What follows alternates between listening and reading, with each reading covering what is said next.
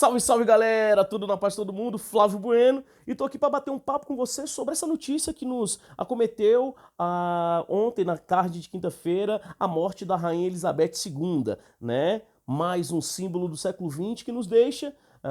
Esse ano a gente tem também a morte do último grande líder soviético, né, o Mikhail Gorbachev, e de repente a gente pode estar observando aí, moçada, de fato uma pá de cal, né, o fechamento do caixão daquilo que nós chamamos de século XX, né? E quando a gente fala do século XX, é evidente que a Rainha Elizabeth II ela é uma figura extremamente importante, né, da nossa análise, da política e da geopolítica. Primeiro porque se tem uma palavra que pode ser representativa para descrever a Rainha Elizabeth II, é a força que ela tem para gerar estabilidade, mesmo quando a monarquia britânica passava por intensas crises, né? A morte da princesa Diana, né? Os príncipes que queriam romper com a estrutura, né? Como o príncipe William, né? Querendo romper com a estrutura da monarquia, ou seja, o fim das funções monárquicas, ou seja, é um período de muita estabilidade, como diria a própria Elizabeth, né? É um annus horribilis, né? No discurso clássico dela, quando ela completou 40 anos de reinado, né? Em 1992. Bom, a Rainha Elizabeth II também encontrou uma Inglaterra com problemas muito sérios. Ela passou por uma série de animais políticos, né? São vários primeiros ministros com notório destaque, Winston Churchill, a gente tem David Cameron, Margaret Thatcher, né? Agora o Boris Johnson acabou de empossar a Liz Truss, né? A atual primeira-ministra do Reino Unido, que já chega no Reino Unido com essa bomba na mão, e também uma onda republicana que atingia desde o fim da Segunda Guerra Mundial a Inglaterra. Dentro desse cenário, ela recebe um país alguns anos depois, né, após a Segunda Guerra Mundial, com problemas, né, passando aí pelo smog, né, ou seja, por crises ambientais graves, nevoeiros tóxicos, na mão de um cara chamado Winston Churchill, que não é das figuras mais complexas, e recebe um papel muito nova, né? Porque o rei George VI, seu pai, morre de forma prematura de câncer, e quando ela assume o poder com 25 anos de idade, ela tem um país extremamente complexo nas mãos. Lembrando que na década de 50 nós temos também um período de descolonização afroasiática muito forte, né? Ou seja, as colônias britânicas que começaram a se emancipar com a Revolução Indiana em 1947, lutando principalmente na África e na Ásia, lutando pela independência, né? A Inglaterra também, meninos e meninas, pode ser marcada pela violência nesses processos de emancipação. Não é uma violência como a França produziu, mas também é violência, e é no reinado dela que esse processo se desenvolve, né? Ela, ou seja, sofreu aí com um forte questionamento sobre a Commonwealth, né, a Comunidade das Nações Britânicas, mas conseguiu manter, né, uma relação de chefe de Estado em muitas dessas nações, Canadá, Austrália, Nova Zelândia e afins. Então, por isso, ela deixa um legado muito significativo. É lógico que a herança da violenta colonização britânica também reverberou no seu reinado, né? Reverberou de forma muito significativa, principalmente quando você pensa, por exemplo, a manutenção de sistemas como o apartheid na África do Sul,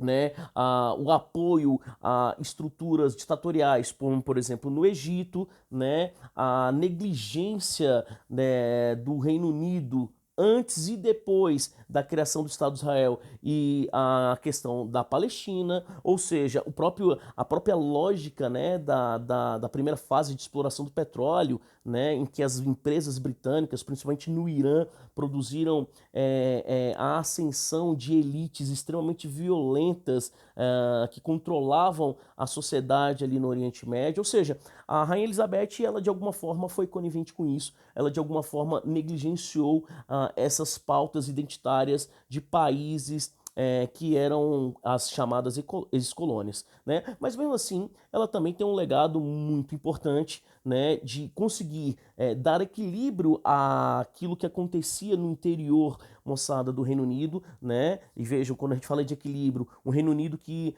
vivenciou, por exemplo, problemas com o IRA e os conflitos na Irlanda do Norte entre protestantes e católicos, né? A Inglaterra foi algumas vezes vítima de atentados terroristas, né?